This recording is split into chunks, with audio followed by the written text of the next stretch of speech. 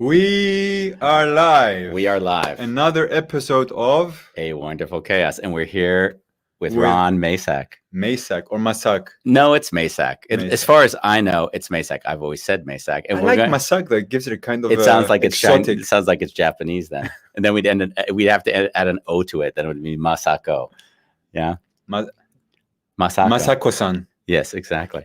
So we're with Ron Masak, and we're going to talk to him about his life in TV and just about every other media that This you can guy's imagine. famous, Andy. Yeah, he's famous. When I told people that we have Ron on, and then no one necessarily knows the name. You say the guy, the sheriff in Murder, She Wrote. Really? So yes, we've got the sheriff of the Murder, She Wrote, who's also Ron Masak, on today on A Wonderful Chaos.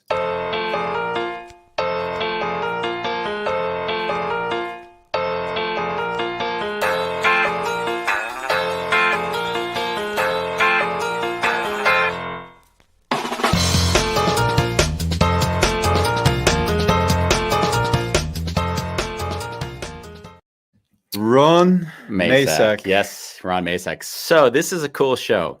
This is a cool show for a few reasons.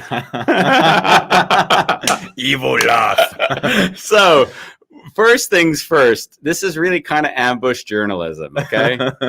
Because in 1984, Andy, at 14 years old, asks Ron's daughter out on a date. And Ron says no and crushes Andy. I mean, the 14-year-old Andy is entirely saddened. I love it. In love with this beautiful young woman. First time, that's it. He's just, as far as he's concerned, Love of his life. Love of his life. And then he says no, right? I like this guy already. And what happens to Andy? I don't know, but let's just say I might have been calling Ron. What happens my to Andy is father-in-law. he's waited so many years to this point to get back at him. Yeah, so Ron, this is a discussion with you today around what exactly was going on in 1984. What did you see in me that you said no to? I love it. So Ron has been in a lot of stuff. If he was like, when I did sort of a little bit of the research for Ron, he's been in the 80s. He was about in every TV commercial you could have imagined, and he was in fun shows that I really like The Twilight Zone, which was one of those shows as a kid I always watched. I remember that. Yeah. And yeah, so I laid in some clips, which we may show depending on where we go.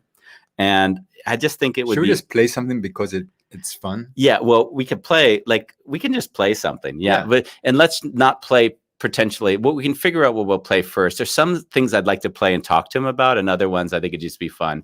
So let's do this. There's one that everyone has kind of knows him from, because when I said he was coming on, maybe the people outside of the U.S. might not know this, but he was the voice of the Vlasic pickle. And so let's you'll see it and we'll play it. So we'll play that first just to show one thing that he was in, just to have some fun. Delicious snack with only 2 calories each. But like any snack, you still have to work off the calories. You ready? 1 calorie, 2 calories. Hit the shower. Okay. Try new Vlasic snack chunks. They're only 2 calories each, but they taste like a million. Yeah. So that would have been one place where his voice was showing up. And what I noticed is that I knew his voice actually not knowing it was him. So that Vlasic pickle, that commercial that we just watched, was one of these things that everyone would have known that voice as a kid. It was like, oh yeah, the Vlasic pickle kid, the character. And there's even some people online who are saying we want the original Vlasic pickle voice back, because I think there's been 3 or 4 voices since he originally has a voice. So that's at least one look at him. Why don't we bring him on to say hello then and see? Come on. Here we go. Hello, Ron. Hello there, guys. Thank you Well, for you're being bringing with us. that brought back some nice memories. Yeah. So why did you say no to Andy? Yeah. Why did you reject me at 14? Well, this will make you feel better. It was because you wanted to take her to see the Rocky Horror Show at midnight. Oh, understandable. So if I had asked to go at 8 o'clock, you would have said, okay. Absolutely. All these years, You can had you it imagine? personal. All these years, I thought I was personal. Can you You imagine? see how we? No. Never. Judge ye not. But by the way, you know what I'm laughing at right now is that you No. actually remembered. I didn't even know it was a Rocky Horror Picture Show. You have better memory of this situation than I do. My memory is important. That's fantastic. I love that. Must be the calories in the pickles. Yes, 2 calories in a pickle. I don't believe there's 2 calories in a pickle. It seems like that just doesn't seem right to me. No. Let me tell you a quick story about that if you want. Pat Please. Harrington Jr. Remember Pat Harrington? No. Wonderful actor. You'd know him. He played Guido Ponzini on all the talk shows. And that was the one where he was the janitor, not the janitor, but the handyman and all that.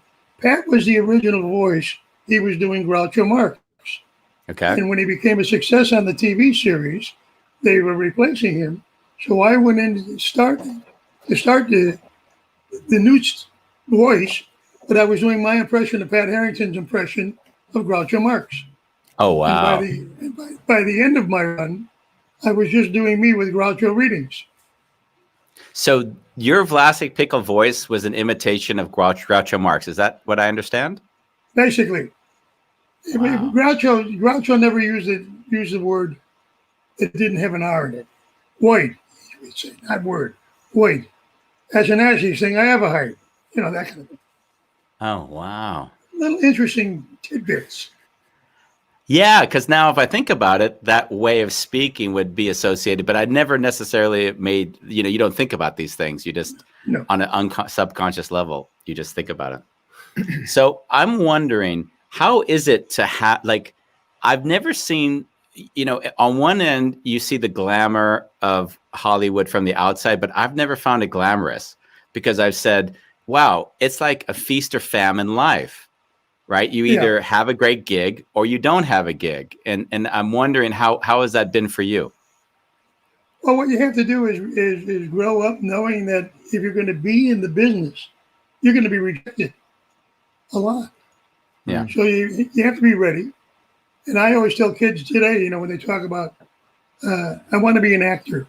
I said, then go do something else. And they said, why? I said, you have to say, I have to be an actor, not I want to be an actor. And you better be ready for rejection. Because if you're going to get to go in there and do your impression of Tom Cruise, they've already got Tom Cruise. They've already had Marlon Brando. Go in and be you. Go in and be you. Whatever it is. Tall, short, fat, thin, be you. And I've always tried to do that. I have to. That's pretty powerful. I mean, that the lesson you're speaking about for acting is actually true for anyone who finally makes peace with themselves. Because once you finally just say, this is who I am and I'm okay with it, then you've already become, I wrote a letter to Gigi, who was on a prior show, who was also my drama teacher. And I told her I didn't really know how to act until I had deep suffering in my life, because before then I was always pretending. And now I was just accessing an emotion that was there. And I knew where that was afterwards. Well, there's 4 great things about acting that were asked of legends. Spencer Tracy said, learn your lines, don't bump into the furniture, and get on with it. That was him. Gary Cooper 3. said about acting. No, don't bump into the furniture was 3. Now Gary Cooper said, I don't know that much about it, but don't get caught doing it. James Cagney said, plant your feet, look them in the eye, and tell the truth. And George Burns had the best one. He said, acting is the act of being totally sincere. And once you can fake that, you got it made. Let's slow down. That could be the quintessential, the act of being sincere. Yes. Totally sincere. And once you totally can fake sincere. That, if you can fake total sincerity, then you are a great actor. Yeah. More is less. More is less. That's beautiful. Today's day, now we watch a lot of films today.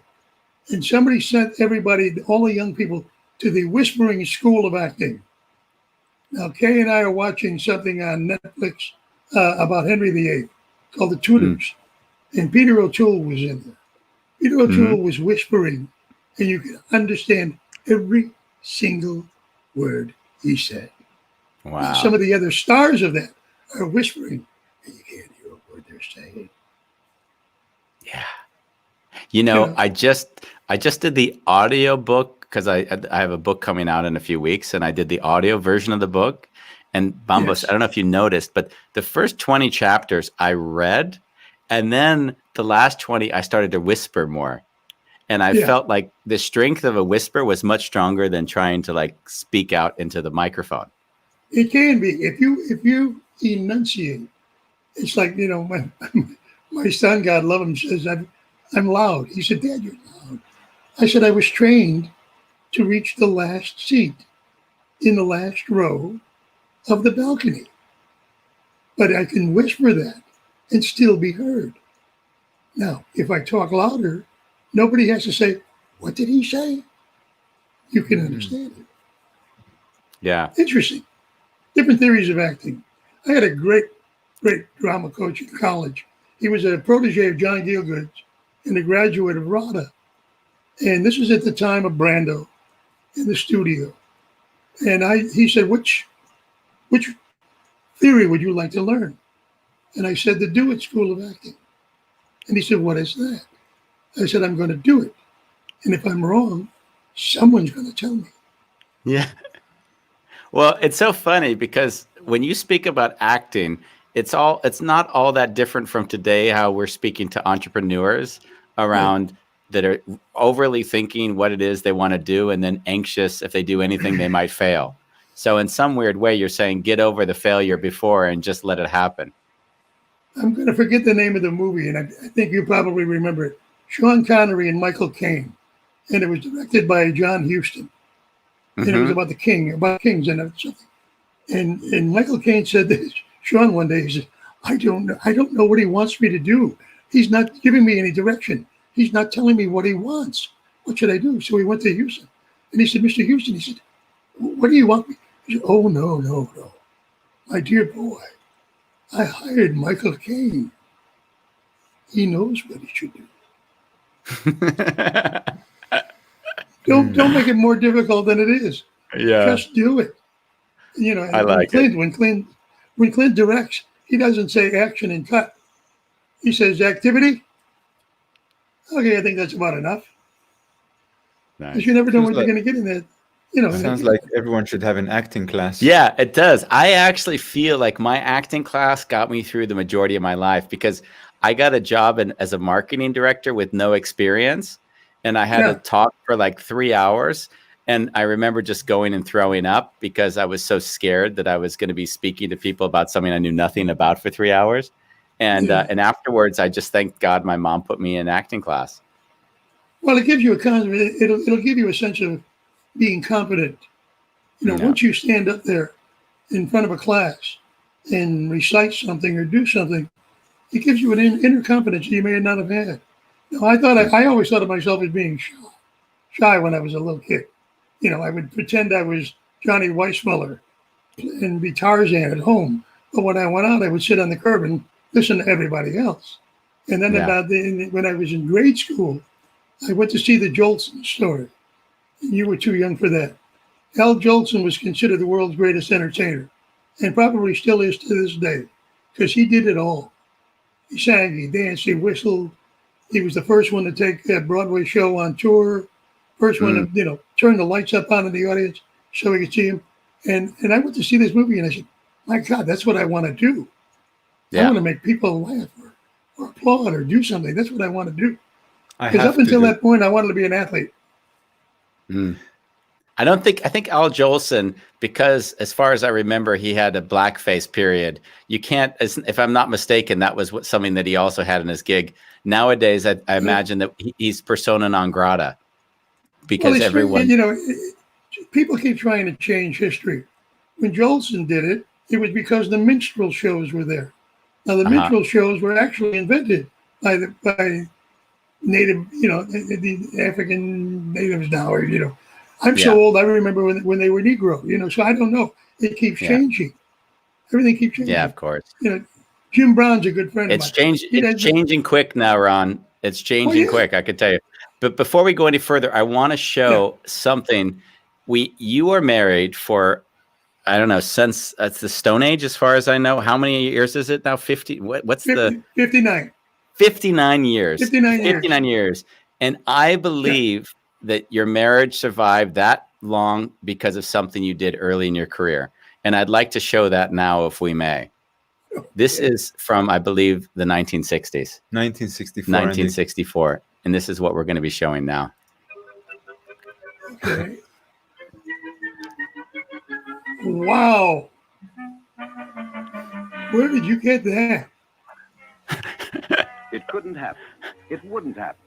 But for the sake of illustrating some constructive and destructive ways of handling marital conflicts, let's suppose that there's an argument going on at the Adams house and that there's an identical argument going on at the same time over at the Kane.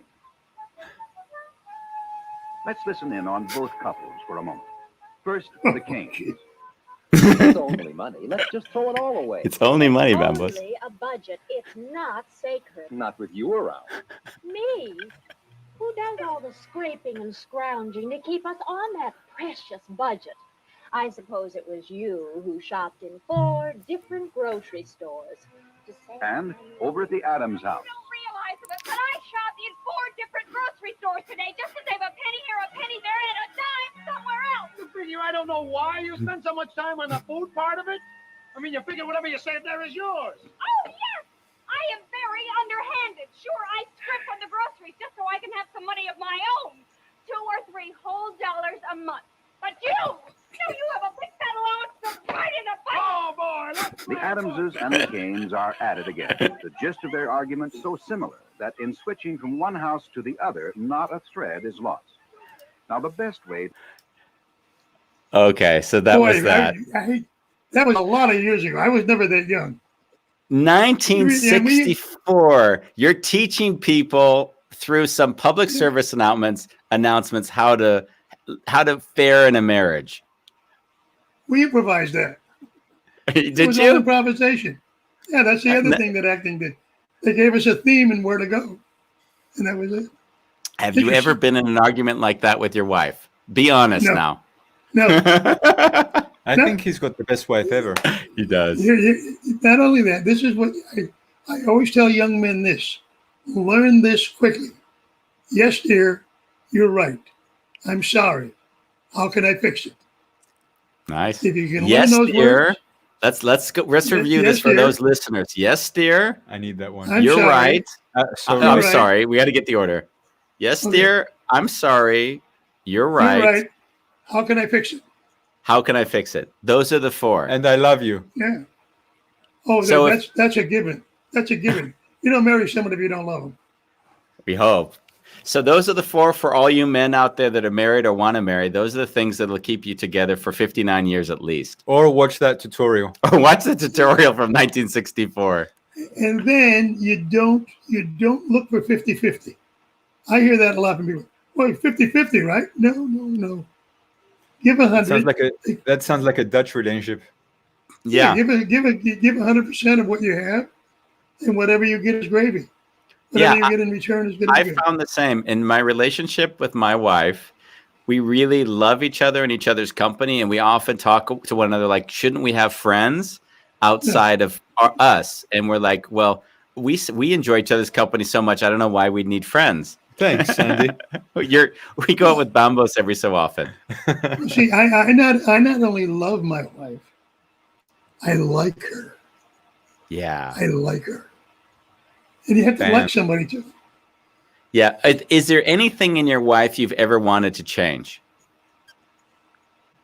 Not really. I mean, you gripe and moan a little bit about this and that and the other thing, but not really. That's the lady I fell in love with. That's the lady I married. I watched her grow. She's watched me grow. How did you meet her? Like, do you remember the first moment you saw her? She was a military kid. Her stepfather was a master sergeant. She just came back from Germany after spending 3 years there, and she was working at the Post Exchange, Fort Belvoir, Virginia. I was a member of the All Army show, and we were rehearsing there. So I went in with one of the good-looking singers and one of our stage managers, and I saw this beautiful girl behind the counter of the camera counter, and he said to me, the singer, he said, "Oh, look at that pretty girl. I'm going to go ask her out." And I said, "You better not." He said, "Why?" I said, "That's the girl I'm going to marry." And he said, "Oh, I'm sorry, Ron. I didn't know." And that's a true story. And I went over and I was brash. I was from Chicago. And the first thing I said to her, I said, "Where would you like to take me Saturday night?" And she said, "Well, I don't go out with GIs." I said, "Good. I'm not really a GI. I'm a civilian. They captured me." He's also witty. Yes. Well, I was always a smart ass, a little bit of a smart ass. Of I don't know. course. Would I want to change anything about her? No. No. Yeah. That's nice. I think on one level, what I've learned is when in a relationship, when you love somebody completely for who they are and not what they're not, then that's when your life changes. That's really it. She changed my life. I mean, I was a street kid from Chicago. Who knows? I could have wound up a big drunk, somewhere. I mean, it's respect. I think it's mutual respect. I respect the hell out of her. It's beautiful. And she gave me beautiful children, 6 beautiful children. Yeah. And she was good that way. She would say, "I want to have a baby next year." Is she watching this? I don't think so. No. Wow. She doesn't watch a lot of what I do. Yeah. I know the feeling. I know you do. Yeah. She's in the Hallmark movies. Yeah. She likes the Hallmark movies, the History Channel. So we don't watch a lot of stuff anymore, that we used to watch. We watch interesting things, historical things. She finds great things on the History Channel, and I fall in love with them. I look at it, geez, I didn't know that. I've got another thing that I'd love to show if we may. Is that okay with you, Bambos? Andy, I've been waiting for this one. Which one are you thinking? Trump. Yes, we got to show you this. Now, this came up.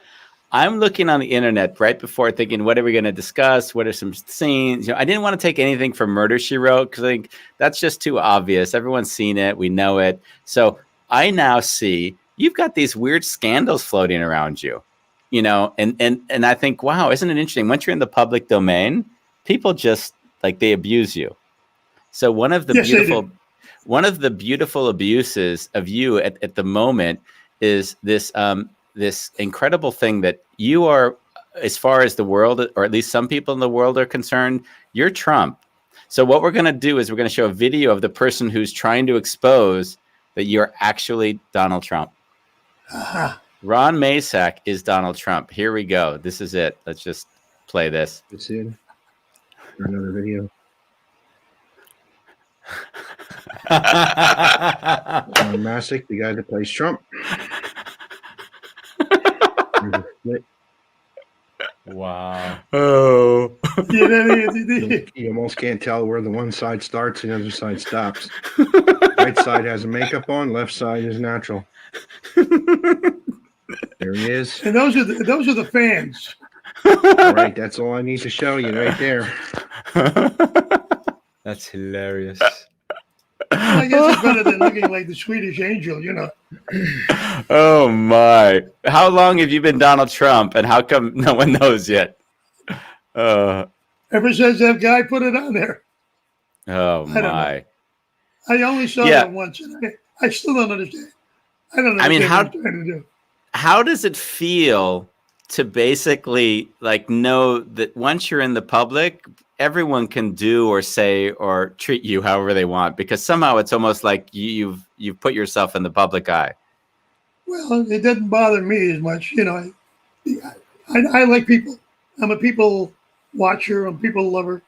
I learn most of my performances based on watching people. Learn their walk, how they hitch their pants. So I like people. And 99% of the people that have walked up to me were always nice. They were always kind. They always said nice things. And the idiots I just don't deal with. Can we talk about that 1% for a minute? What's the worst situation you've ever run into with some idiot on the street or otherwise? Well, somebody, when we first started doing Murder, She Wrote, a fan wanted me to take a picture with my gun pointed straight at them, and their favorite movie was a Chainsaw Massacre. So you get a little worried about the idiots out there. You never know where they're going to go. Yeah. I mean, they tried to kill the Pope.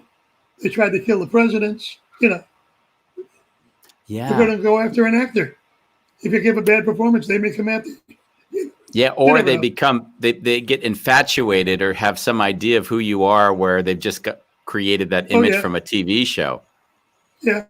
Or a pickles ad. Yeah. Isn't that interesting when you think about it? I mean, I haven't really given this much thought, but as an actor, you play a role of someone you're not, but people associate you with that role. So they actually form an idea about you, which is totally contrary potentially to who you really are. Yeah. Well, that's where that came from. I'm not really a doctor, but I play one on TV. You know. How would you say that the actor that the role that you're most known for, the one behind, how would you say you're different than the character you played most? Like, what's the biggest quality you say, yeah, I'm very different in that regard compared to this character? I think I'm a little smarter than he was. Okay. You know, he always needed Angela Lansbury to bail him out. Oh yeah. But I was trained. I was pretty well trained. You know, I found out when as I said, I was an actor, and I got drafted. And what are you going to make an actor but a military policeman? And I said to them, I said, why would you take me, who's willing to perform for you, and make me a military policeman? And this was the answer: you're from Chicago. I said, what does that mean? You're either a good guy or a bad guy. Either way, we want you on our side, which I understood. And I decided if I was going to be an MP, I was going to be the best. Wow. And I went out of my way to learn, how to do it right.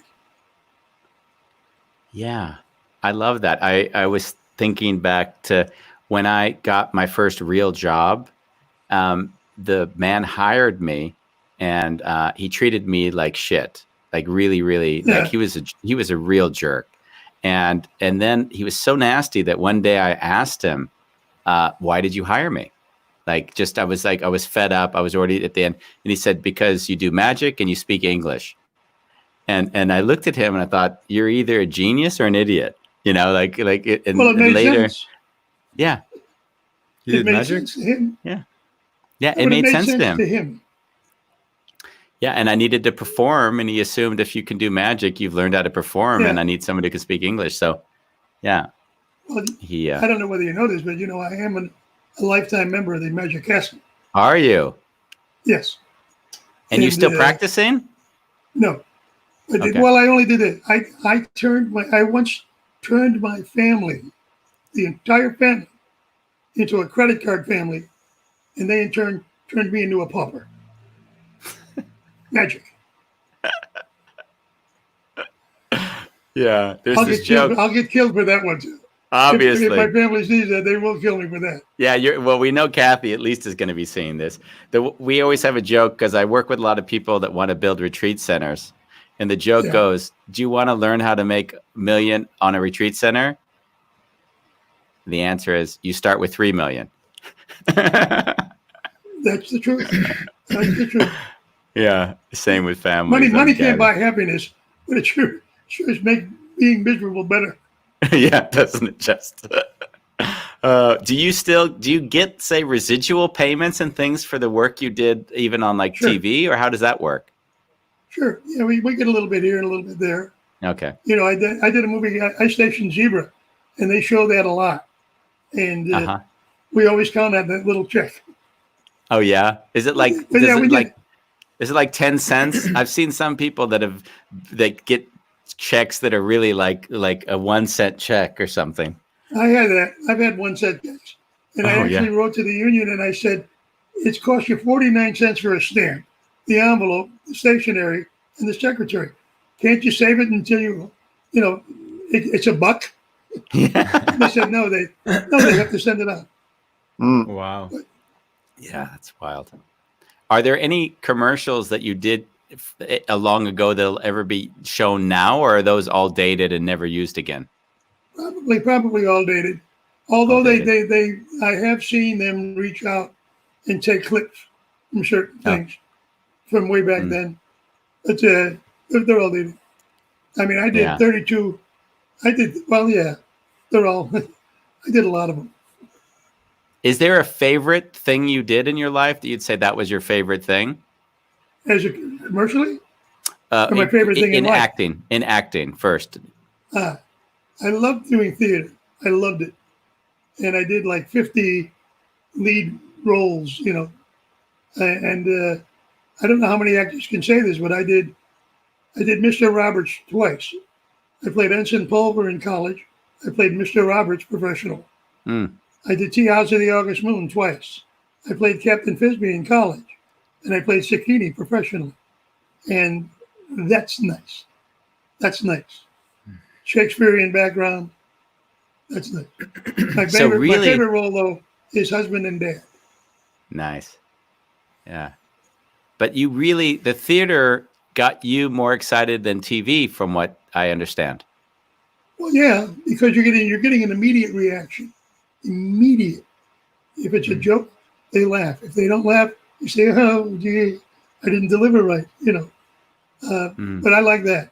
The thing I loved about TV, when we were doing Murder, She Wrote, for example, we were being seen by 30 to 50 million people at one time. Now, that many people never saw Alfred Lenton and Lynn Fontanne on Broadway. You look and you say, "Wow," your immediate reaction. If that audience likes you, you can work. If that audience doesn't like you, and you're the best actor in the world, but they don't like you, it's over. How did that? Do you have a question? Yeah. Yeah. Like I'm imagining once you started getting famous, how did your life change? Like, did you have to wear like a big hat and sunglasses so people don't recognize you, or you were like okay with that? No. I mean, I was always every man. I was like the guy next door. I wasn't good looking enough to be a threat to a man, and I wasn't ugly enough to be, disgusting to a woman. So I never worried about it. As I said, most of my fans were very, very polite. They would come up to us, Kay and I and the 6 kids would be at a table in a restaurant, and they were always polite enough to say, "Excuse me, I don't mean to bother you." Where other actors get, "Hey, will you sign this now or not?" Yeah. So I'm not in that category. It sounds like it's also you as a person, though, right? Like you have a kind of energy that is not too out there. You feel pretty grounded to me as a human being. That's where Kate keeps me on my toes. She's the only one that doesn't think I'm funny. I think we married the same woman. Yeah. I think you guys should go for dinner together. She's a blessing. She gave me 6 of the nicest kids in the world, Yeah. and the fact that that we are stuck in a quarantine and all of that. Modern science. Thank God for Facebook. Thank God for FaceTime, phone calls where we get to see our family, and we're all very close. Our family never moved more than a few miles away from us. Wow. Which is great. I always feel bad for the parents that have their children halfway across the United States. We've been blessed. So we're doing something right. Beautiful. Yeah. I have another thing I could show. You have anything you want to get into before I put on? So I'm just sweating here. 33 degrees. We're so hot in this house right now. Why are you sweating? We're in the middle of a massive heat wave. In the Netherlands, the number of times that you'd need an air conditioner is once a year because it never gets too hot here. Today's the day. And now we have 7 days of that heat. I love it. You'd have been ready. Today's the day. Yes, you're right. Actually, we do have you're going to laugh at this. We do have air conditioning, but we've used it so infrequently we forgot it existed. Yeah. That's the situation we're in. That works. So I want to show another clip. And this clip is just because I think it is so cool. I think it's funny. And it's going back, I think, again to the 60s or to the 70s. We'll have to see. Okay. And this is it's also someone that tweaked one of your shows. So it's part you, and then it's another one of your fans that basically took it to another level. So you may or may not have seen this one, but we're going to play it for you now. Okay. And this is basically your role. I think it was one of my kids. Oh, wow. I think that was probably one of my kids. I think that was probably my youngest. Christine likes to do the little things like that. Well, that's I've got great kids. You know, five of my kids, 5 of the 6 kids worked on Murder, She Wrote with us. Did 5 of your 6 kids worked on 5 Murder, of the She 6, Wrote. and the other one didn't want to do it, but he works for Apple, so he doesn't care. Okay, when you say they worked, do you mean they performed, or they did behind the scenes, or did they have roles, or what was it? No. Kathy had roles. Kathy had a number of roles, speaking roles. And matter of fact, she was my only female speaking deputy. And they wrote a line for her in there where my other deputy says, whatever you do, make sure the paperwork is right, because he can be a bear. And she said, I know, he reminds me of my father. And then the other 5 all did background work. And it could be, and they loved it, you know. They enjoyed it. And I enjoyed having them.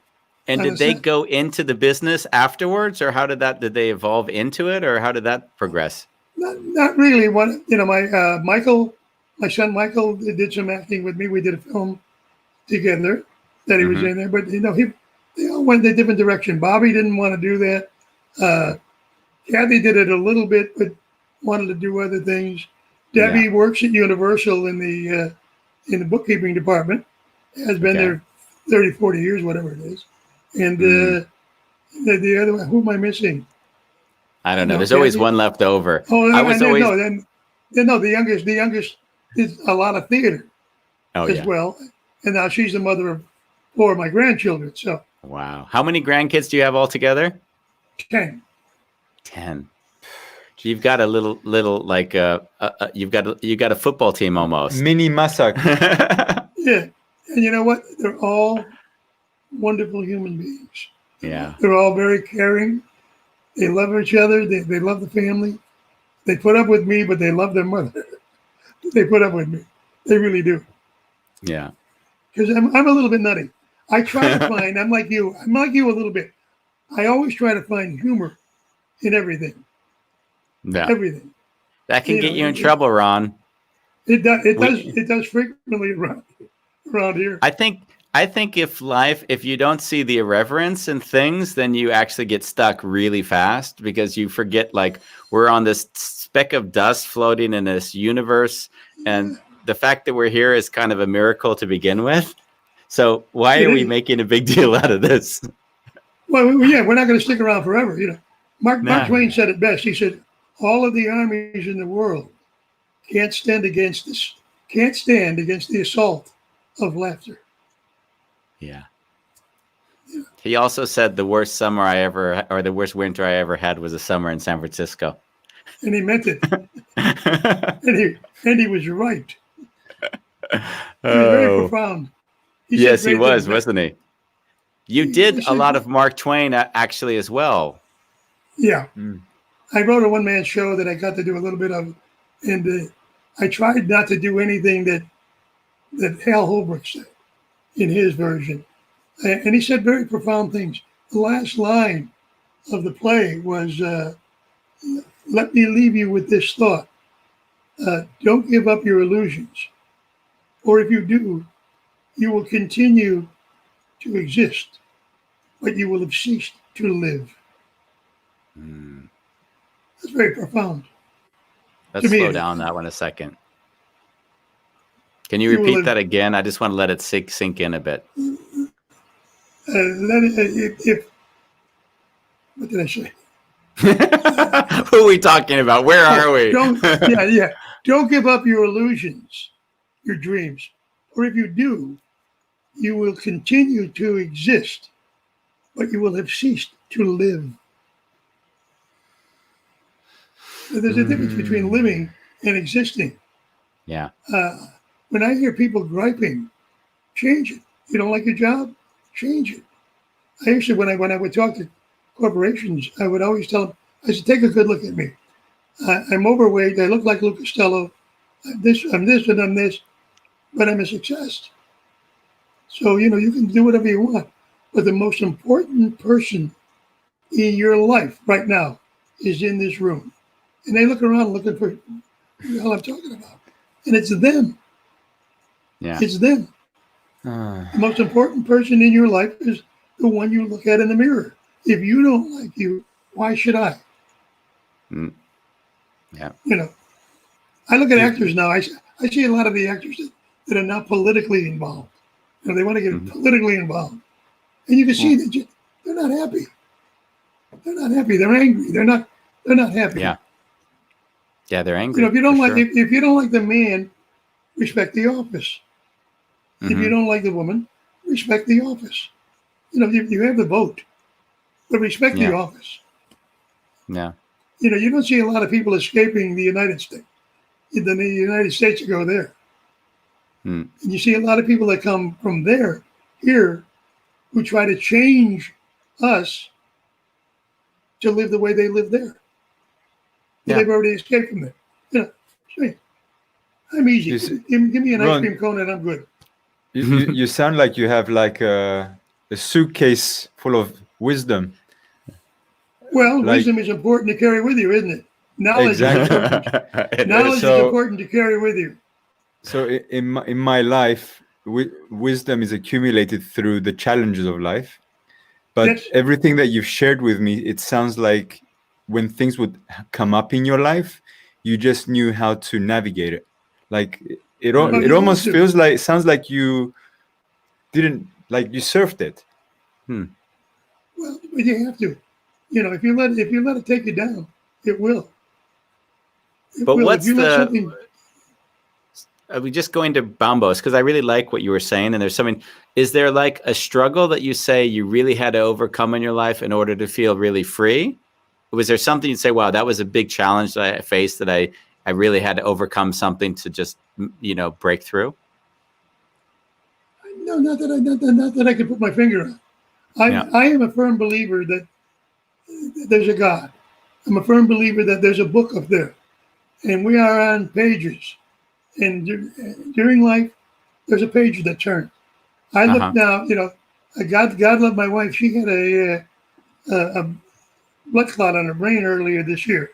They took care of it 2 weeks before this pandemic came about and a lockdown. Had it waited, I wouldn't be able to go to the hospital and see her.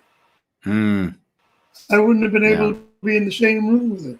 So I believe there's a reason. There's a reason for everything, whether we accept it or not. Yeah. And we have to live with it. You only have two choices. You can either be happy or you can be sad. If somebody walks up and says, Rock Hudson, we were doing Night Station Zebra. People would walk by and say, hey, Rock, how's it going? He'd always answer, he'd say, better, thank you. And people would walk on and see that? He didn't listen. I said, what do you mean he didn't listen? He said, he didn't turn around and say, oh, was there something wrong? He just assumed that I said, everything's okay. So you have two choices, be happy or be sad. I choose trying to be happy. Money would be good. If all your viewers out there, if they want to donate to me. I think that's what people don't associate. That's the one thing I've often found, is that when people see that people have become famous or well known, there's the assumption that you've made a lot of money in that process, but they neglect to see that actually, if you're not working, you're not earning. That's true. And look at it now. If I were a younger man, if I were doing Murder, She Wrote, couldn't go to work. Actors can't go to work today. Oh yeah. Period. Directors, writers. A writer can be writing at home, but then the live performances. Broadway is shut down for 2 years. Yeah. That's where the future of the theater comes from. Yeah. So hopefully the great writers are sitting at home and writing plays, movies, things like that. Take advantage of that. But all these people are out of work. And they can't even now. An out of work actor can't even go and be a waiter. Because there's no restaurants are closed. I'm thinking how many COVID movies are going to come out. Yeah. The pandemic. We're living it. Yeah, But we we're don't need a living. movie. We need like a few years to separate from the actual moment so that we can reminisce about the moment. We're still in this moment. Yeah. Yeah. Well, I do a lot of remote. I do a lot of channel surfing. I watch a lot of news stations, but I'll channel surf. And I kid you not, depending on which channel you're watching at that time, and I just watched live on C-SPAN, I'm amazed at how many words get changed to slant their view. I'm amazed at how many doctors say, you don't have to do this, you have to do this. You must wear a mask, you don't have to wear a mask. You know, Yeah. the doctors can't even agree. So I got the perfect solution. Stay home. Yeah. Yeah, I mean, if you want to, we're in the Netherlands. In the Netherlands, I must say there has been a level of maturity in this process. So the prime minister comes on and says, guys, we're doing this to make sure the old people hang out. We don't want them. So let's just take some precautions. I know that you young people don't necessarily need this. Just do us a favor and try. And somehow in the asking and not treating people like children, the system and the society really galvanized around this process. That's what I experienced. Well, Lately, we have idiots here. Yeah, we have idiots we've noticed from afar. They'll take bets on who's going to get the virus first. Yeah. They're going to try to give it to somebody. It's just stupidity. What are you saying, Bob? Oh no, nothing, Andy. Yeah, we have a hard time anytime. because it takes us so far away from just being present. Because as soon as you get involved in that level of chaos, we right before we came on, we were discussing about identities. And as soon as someone fixes their identity as whoever they believe themselves to be, then you don't have a lot of space for a dialogue. Yeah. And that's the one thing I've missed in my time in the U.S. especially. Yeah. And there, that's what you do, right? Yeah. Politically, there's certain ways that if you want to get involved, you can as an actor. Yeah. I always suggest don't be angry. Now we all know where De Niro stands. He's angry. He hates. He does. I would think half of his fans would leave. Let's not assume that they all think out there in the audience like we do. Yeah. How dare we? Sure. How dare we do that? How dare we assume that they must think the way we think? Yeah. But you have to think to yourself. You have to think to yourself, like in general, right? You were raised, I'm going to make some assumptions now, at a time where there were much more conservative values. And now we have a different generation with a lot more liberal views. And when I talked to you, even before we got on, it was clear to me that in those liberal views, you also see that there's an extremeness, at least this is my assumption, to which those have gone, which doesn't necessarily meet you and your views. Well, look what's going on now with everything is racial, political, kneeling, not kneeling. I'm a veteran. That flag is important to me. Yeah. Our flag is important to me. The national anthem is important to me. Yeah. You want to talk about breaking down barriers for America? Jesse Owens at those Olympics destroyed Hitler, and stood proud and saluted. Now, if you have a problem with this country, or the police, or this, take it in your locker room. The newspapers are going to come in and talk to you. Don't take it on the field that I'm paying money to come and see a football game or a basketball game. Do it on your own time. I love what some of the coaches have said. You don't want to play here? You don't want to stand for the national anthem? I'll trade you. I'll make it happen. Yeah. But why do you want half of your fans not to like you? I can't grasp that. But you have to think about it this way. So going back to the dialogue space, right? Yeah. So because I don't want to, I'd like to show on this show an example of how two people can have a discussion around a thing which could be seen as creating dissension, but it doesn't need to create dissension. Yeah. Because, the one thing I've noticed in life is there's this great bubble that someone put online, which said, this is my view and this is your view, and they aren't necessarily either or. So the fact that he, in this case, what is his name? Colin Kaepernick. I can't remember his name. I'm not a big follow sports. So in the case of him kneeling to what do you say, to protest what he said was police violence, that his prerogative, as it is anyone else's prerogative to say, I stand for the flag.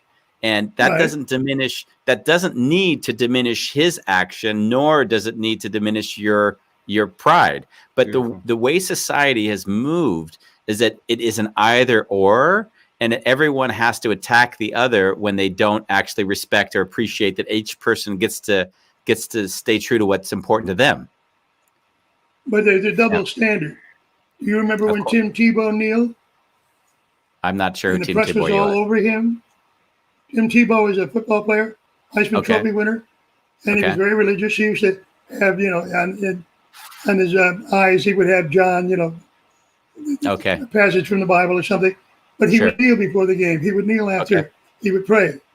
And they got all over him for that. That's why I'm saying, take it in the locker room.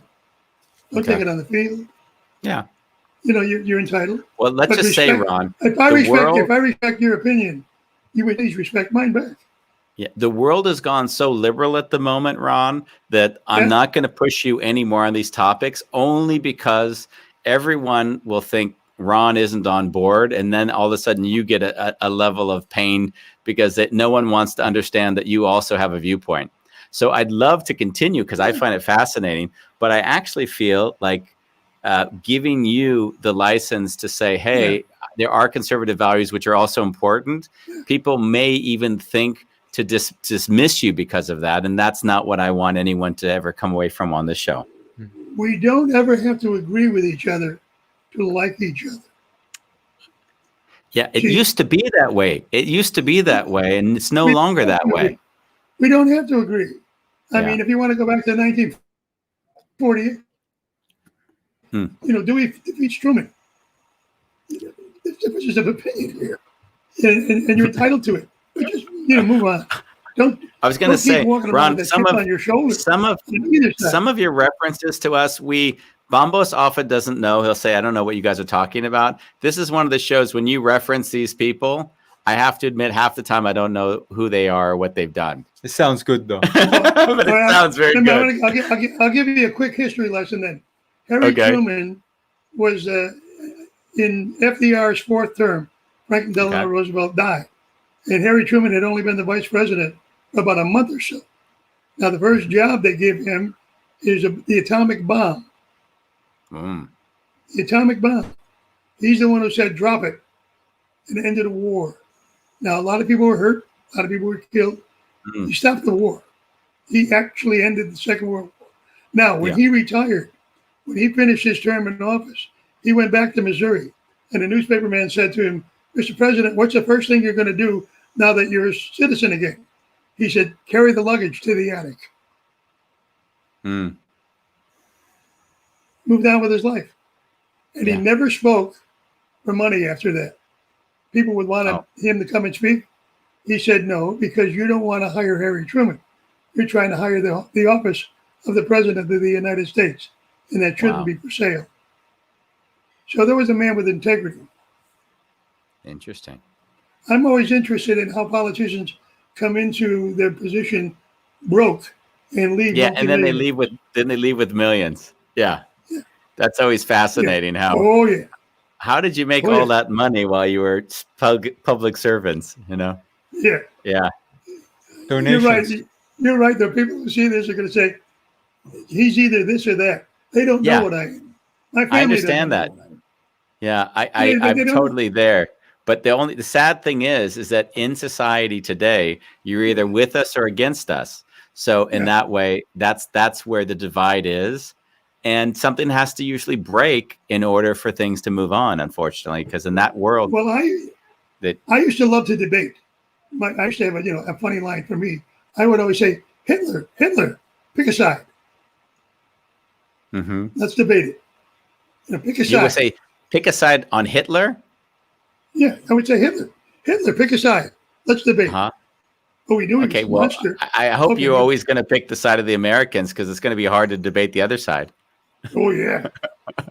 No, I mean, by the way, before we go any further down that rabbit hole, I'd love to show at least one or two of the commercials from the 80s. Because you were the go-to man for TV commercials in the 80s. And I think there was even some quote, because I looked on Wikipedia and it said like you were the commercial king or something. They used some slogan Right. for you. So this will be one of them. Jim Bacon was a Hollywood columnist. He's the one that laid that on me. Oh, did he? Well, I'm going to play one of them for you now. King of commercials. Yeah. Go for it. Here we go. I know rice-a-roni is the biggest seller, but this is fantastic. Chicken and beef, for example, each give you 8 full ounces. That's 33 to 73% more than most other national brands. Rice-a-roni's big flavor secret is in this pack, a delicate blend of herbs and seasonings. When you taste it, you'll know why it's America's favorite rice mix. Get great flavor for your money. What's with calories and ounces? Yeah, I didn't was realize. never that young. I don't realize that in the 80s they were really talking about calories a lot, weren't they? Yeah. Oh yeah. I mean, yeah. It was. I didn't realize there was so much health consciousness back then. Oh, it goes back years and years. Yeah. Years and years and years.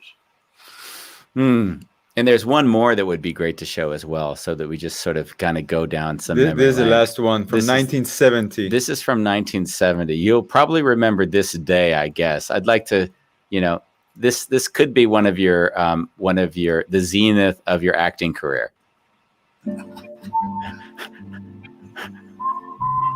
Last year, Zenith brought you Chromacolor, the color TV picture that outperformed every giant screen color TV before.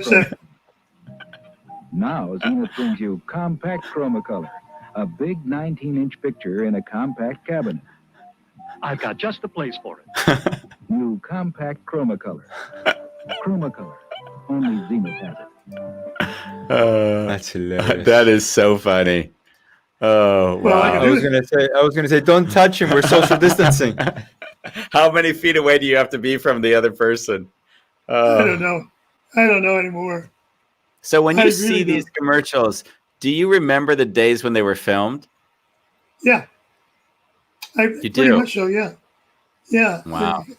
Because I got to work with a lot of the really nice people in our business who went on to do wonderful things, major shows. And I look in it's a good memory. Yeah. And it keeps my mind going, keeps my mind active. Yeah, I'm still fascinated that you remember that I asked Kathy to go to the Rocky Horror Picture Show, and that's why you said no. At midnight. At midnight. Well, that's when they were showing the Rocky Horror Picture. I mean, I don't know why midnight. I don't think I was that scandalous at the time, but it wasn't a very good. I was 13. I don't know how scandalous I could be. He knew me well. You knew me better than I knew myself. I love it. You were all my kids. Yeah, it was really nice. And we've had some contact still from then. Yeah. Question, we're coming close to the end of our hour. Is there anything you'd like to share before we close up? Any last words of wisdom to our viewers? Yes, let us endeavor to live our lives so that when we do die, even the Undertaker will be unhappy.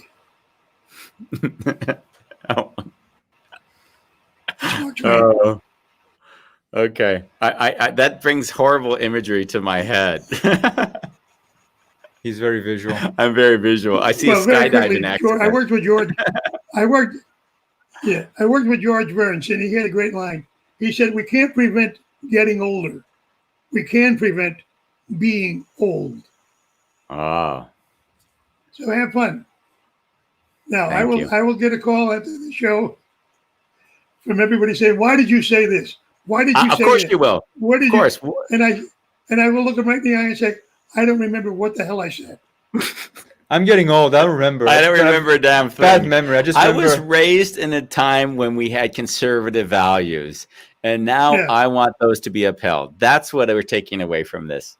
I just and want you us have to all every get along. right. I just want us all in politics to get along. Two sides of the aisle, come to the middle, and get this done. Get things done. Yeah. That would be a nice world, wouldn't it? I think some John of those people Lennon have been in thought there. Some of those people had their jobs for 50 years. They haven't I done know. anything yet. I saw a great ad that said it showed the average age of someone in the Senate and the Congress against the average age of the population of the U.S. And there was like a 20 or 30 year difference. The people representing us are much older and don't have the same problems we have. That's for sure. Well, I always tell I try to tell my kids, I said, you really want to watch it live. Watch it on C-SPAN. There's no commercials. You're hearing what they really say live.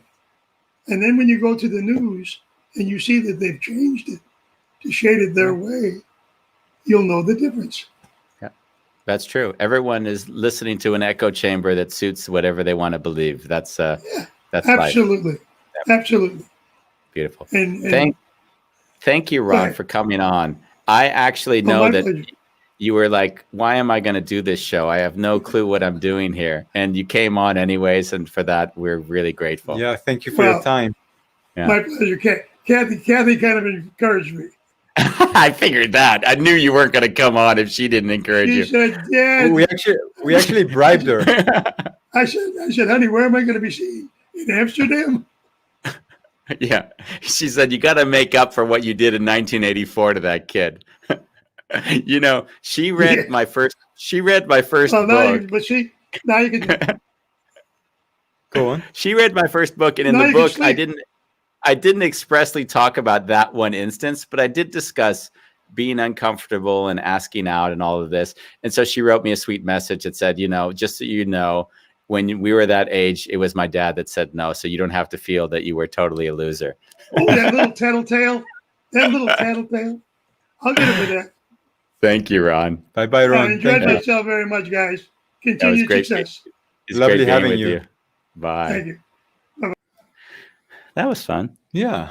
Yeah. I love having people on with really different takes on life, because I do believe that when we have our guests, we're often pulling from this pool of spiritual development and, you know, people moving in this direction of breathing, and, you know, the desire is there. Yeah. So people that just live their life. Yeah. There was an abundance of wisdom in him. Yeah. The wisdom that comes from just living. What was that program we had? The Wisdom of Elders? Yeah, Elders Wisdom. Elders Wisdom, yeah. With Bill Appleblossom, who was also in Notre Dame High School. As I was sitting, I remembered that podcast. Yeah. Yeah. Isn't it interesting? Because I've often said that there's a wisdom that comes just through age. And you feel it when you talk to people that have lived a life and they've sort of gone through so much that when they speak, they're not speaking from a mantra that they learned from somebody else. It's that experience, right? Loss, pain, working through, and as he said, deciding to be happy. It's a decision to be happy. And it's beautiful to be with him. We have one more show before. One more show, guys. One more show before we go into 2 weeks. Tomorrow, guys, we're gonna have Bulalang Raki Pile. We have to figure out how to say his name. Pile. We have Bolalang. He is our best fan, and we're having our best fan on for sure. I don't know the best, but he's the top. He's top 3 at least, and he is going to be an interesting show because he's very thoughtful, and we're going to push him to say things which push him probably out of his comfort zone. He won't do it, I know, but we're going to try anyways. He will. He loves us too much. He might. Do you know yesterday's show? I had so many messages yesterday that people loved it. Oh, yeah? Yeah. Oh, that's beautiful. Like someone watched it while they were waiting at the airport. So it was like, I was pleasantly surprised. Oh, that's really sweet. Yeah. Yeah, the intuition and gut instinct. I think I learned in that show. I don't know if people realize I started that show. I didn't have any clear definition. I just knew it was important to me. And through the show, I even got clear to myself. Yeah. And it was beautiful because people participated, and their participation actually helped us get clarity, which is really beautiful. Yeah. So tomorrow we have our last show before the 2-week hiatus, and we'll see you then on a wonderful chaos.